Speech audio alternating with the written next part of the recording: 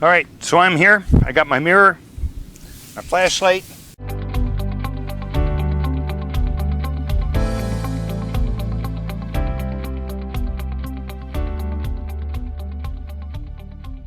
And then my trick to look down the pipe is my inspection mirror, which I use a lot. Sometimes I use the tape and I drop it down in a hole so it can bend like that.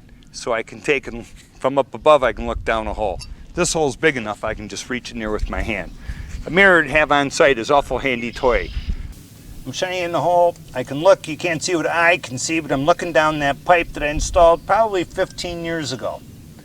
And it is still mostly clean. There's a little layer of mud on the bottom half inch or so. We took a piece of plexiglass mirror. We took a paintbrush holder that goes onto a paint extension handle. I drilled a couple of holes in it, put a couple of zip ties in it to put it together. Here's how it works. I come up to the house, I take the mirror, I can have an extension pole, and I hope you can see in there, we can see right down into the downspout, and we can see some of the stones coming off the roof, but we can look right into that gutter from right here on the ground. And being as this is on an extension pole, we could do this on a 2-story condominium. I'm going to take this guard off to take a mirror, put it on a brick or something so you can see down, see underneath where you're working.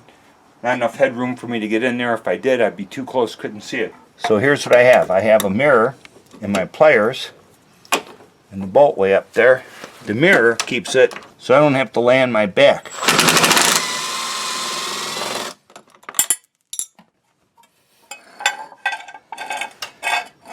So I can see what I'm doing without having to lay underneath, just like that. And take the guard off. But just a quick tip, the mirror allows me to do my job without killing myself.